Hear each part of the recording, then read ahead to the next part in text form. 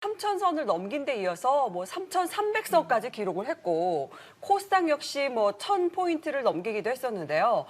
그런데 이 연말에 개인 투자자 수익률을 확인해 보니까 오히려 손실을 본 분들이 많았단 말이죠. 이유가 뭐라고 분석하십니까? 예, 우선 인간은 정보를 자기 자신에게 유리하게 해석하거나 또는 불리한 것은 망각하고 심지어 기억을 왜곡하기도 하는데 이런 것을 자기 편파성의 함정이라고 합니다. 매수한 종목에 대해서 불편한 종목은 무시하고 원하는 정보를 확대 해석해서 손실을 보기도 하고요. 영원한 상승이라는 것은 없는데 300% 상승한 종목을 욕심을 내거나 투자금 차이에서 오는 조급함 등이 있습니다. 안타까운 것은 이런 것들이 반복되고 있다는 것이고요. 그래서 손실 보는 사람들이 60%나 넘는 거겠죠. 네. 이렇게 손실을 보는 분들을 위해서 오늘 주식 차트 보는 법을 알려주신다고 하셨는데요. 이 주식 차트를 보면 어떤 것들을 알 수가 있을까요? 흔히 주식을 할 때 무릎에서 사서 어깨에서 팔으라고 하는데 어디가 어깨이고 어디가 무릎인지 모르시는 분들이 많아요. 맞아요. 주식 차트는 매도와 매수 타이밍을 가늠할 수 있는 기준 중에 하나입니다. 싸게 사서 비싸게 팔면 당연히 이익을 보는 것 같지만 주식이 오를 때도 더 못 오를 것 같아가지고 붙잡고 있다가 못 파는 분들 많잖아요. 그런 차트를 보면은 알 수 있는 건지 또 궁금해요. 왜냐면 주린이들은 차트 보면 그냥 그림 같고 뭔지 잘 어려워요. 모르거든요. 예, 뭐 쉽지는 않겠지만 소위 익절의 기술이라는 것이 있는데 차트를 보고 알 수 있는 매도 타이밍 두 가지 정도를 설명해 드릴게요. 첫 번째로는 헤드앤숄더형 차트입니다. 주가가 많이 상승한 고점에서 머리 어깨 모양의 헤드앤숄더형의 차트가 나오면 이것은 신뢰도 높은 하락 전환 캔들이에요. 가장 높은 봉우리에서 20일 이동 평균선을 먼저 이탈을 하는 경우 절반 정도 먼저 수익을 챙기는 것이 좋고요.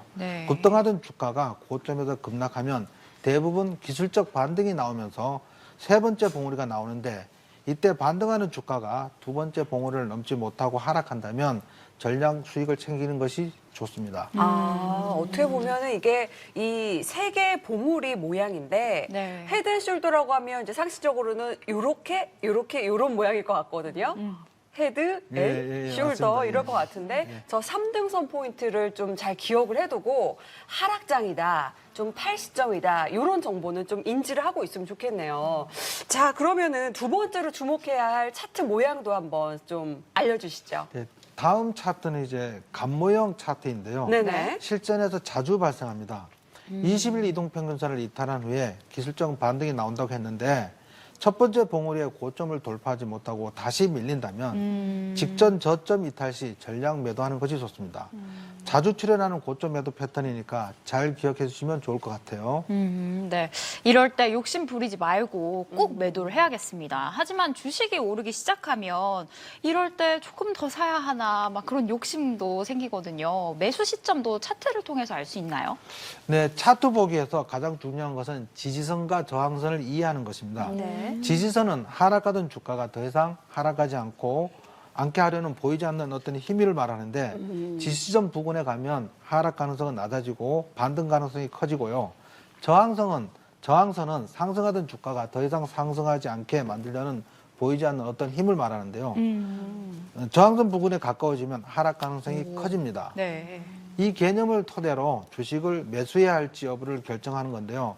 앞으로 상승 가능성이 큰 주식이라면 현재 가치가 싸니까 당연히 사야 하는 것이고 하락 가능성이 크다면 현재 주가는 비싼 거니까 보수적인 접근이 필요하다 하겠습니다. 네, 정말 현실적이고 유용한 팁인데요. 예를 좀 들어주시면 더 이해하기가 빠를 것 같아요. 예, 지금 이 그림을 보시면 20일 이동 평균선이나 매물대 또는 대량 거래가 이루어진 가격대 1만 원을 지지선이라고 가정할 때 현재 주가가 1,100원으로 지지선 이에 있다면 하락 가능성보다는 상승 가능성이 높으니까 싼 주식이라고 할 수 있고요. 그렇네요. 주가가 지지선을 이탈해서 9,900원이 되었다면 1,100원보다는 싸지만 지지선 아래에 있으니 이 지지선이 저항대가 되어서 상승 가능성보다는 하락 가능성이 크니까 비싼 주식이 되는 겁니다. 이 점을 유의해서 주식을 분석하셔야 됩니다. 예. 뭐 1분기 우리 주식 시장의 변동성이 미국의 조기 금리 인상 우려로 인해서 좀 변동성이 클 거다. 이런 전망이 지금 많은 시점 같은데 이럴 때 리스크를 관리하는 방법 뭐가 있을까요? 일단은 한 종목에 집중 투자하시면 절대 안 됩니다. 분산 얼마 투자를 전에 했군요. 얼마 전에 한 기업 임직원이 2,200억 원대 행정 사고가 터졌는데 예. 맞아요. 놀랐어요. 이런 악재는 전혀 예상할 수가 없어요. 따라서 한 종목에 집중 투자하는 것보다 각 종목마다 네. 총 투자금의 10% 정도 비중을 일정하게 유지하는 것이 중요합니다. 네. 그보다 더 중요한 것은 매수한 종목과 사랑에 빠지지 않는 겁니다. 네. 주가는 하락하는데 종목을 사랑하다 보면 네. 손절하지 못하고 세력의 개미털이야 또는 세력이 매집 중이야 네. 라고 위로를 하거든요. 집착하게 예. 되죠. 예상과 다르면 가감하게 손절하는 결단이 필요합니다. 냉정해줘야겠네요. 집착하지 말아야겠어요. 주식에도. 네. 뭐 아까 말씀하셨다시피 뭐 계란을 한 판을 담지 말아라. 네. 이런 기본 투자 공식도 말씀을 해주신 것 같아서 굉장히 도움이 많이 됐습니다. 자, 뭐 오늘 뭐 차트 모양 분석부터 여러 가지 저희가 주리들이 알면은 좋은 정보를 많이 배운 것 같은데 주식 입문자 또 주린이들에게 당부하고 싶은 말씀이 또 있다면 어떤 게 있을까요?